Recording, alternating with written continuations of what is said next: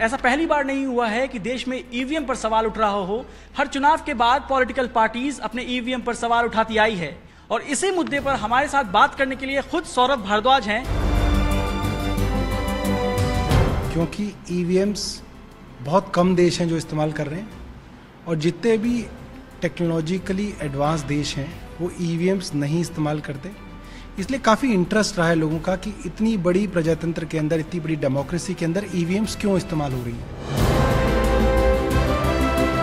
पहले ही सवाल पे चुनाव आयोग ये कहता रहा है कि टेम्पर मशीन हो ही नहीं सकती। तो पहले तो हमने उनकी उस एनालॉजी को गलत साबित किया कि टेम्परिंग हो सकती है। अब अगर चुनाव आयोग हमसे कहेगा, आधिकारिक रूप से पूछेगा कि इतने बड़े लार्ज स्केल पे टेम्परिंग कैसी होती है, तो उसका भी जवाब देंगे। मगर मुझे लगता है कि पहले उनको पहली फेज पे, पहली स्टेज पे मानना चाहिए कि ये टेम्परिंग हो सकती है। और ये बात मैं आज पहली बार नहीं कह रहा। 2012 में हाई कोर्ट ऑफ दिल्ली ने माना कि टेम्परिंग पॉसिबल है, ये मशीन्स टेम्परेबल हैं। 2013 में सुब्रमण्यम स्वामी जी पिटिशनर बन के सुप्रीम कोर्ट के सामने गए। सुप्रीम कोर्ट ने माना, इलेक्शन कमीशन की सारी दलीलें खारिज करते हुए ये माना कि हाँ, ये मशीन टेम्पर की जा सकती हैं। आज के बाद जो भी चुनाव कराए जाएं, इनके साथ एक प्रिंटर लगाया जाए। प्रिंटर के अंदर जो पर्ची निकले उसको इकट्ठा किया जाए ताकि यूज़र को, वोटर को ये पता चले कि उसकी वोट सही जगह पड़ रही है।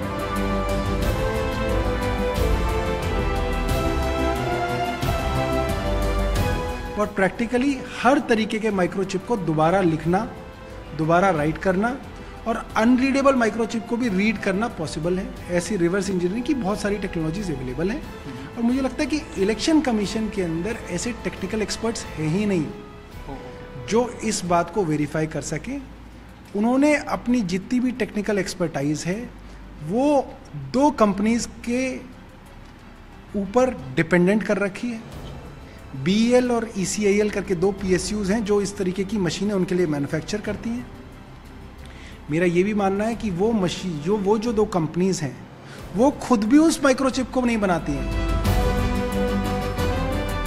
ईवीएम को टेम्पर करने के करीब 2 दर्जन तरीके मुझे मालूम है और कोई आदमी जो मुझसे इंटेलिजेंट होगा उसको 3 और तरीके मालूम होंगे जो मुझे भी नहीं मालूम होंगे। जब हैकेथन होगा तो नेशनल इंटरनेशनल लेवल के बहुत सारे एक्सपर्ट्स को इनवाइट किया जाएगा, उन मशीनों का ब्यौरा दिया जाएगा और जैसे एक स्वस्थ तरीके से हैकेथन किया जाता है वो हम करेंगे। वहाँ पे उस मशीन को देख के जो हमको बेस्ट लगेगा उस तरीके से हम उसको हैक करके दिखाएंगे। We have lot of ways of doing it.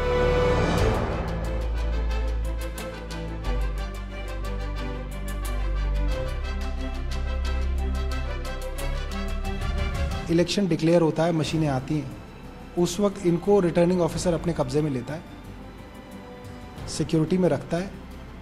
Security में पोलिंग बूथ जाती हैं, इनमें वोट डलती है, सिक्योरिटी में वापस काउंटिंग बूथ्स पे आती हैं, वहाँ काउंटिंग होती है, कैंडिडेट ढोल बजा के अपने घर चले जाते हैं, कहानी ख़त्म। उसके बाद इन मशीनों को क्या हो रहा है इसको कोई किसी से मतलब नहीं।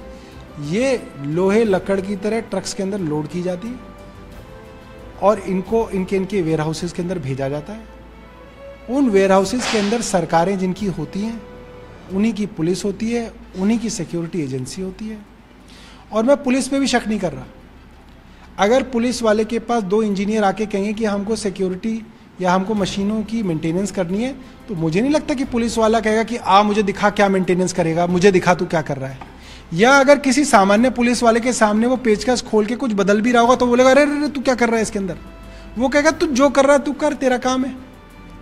और वो अपने काम के नाम पे कौन सा काम कर जाते हैं, ये सवाल है।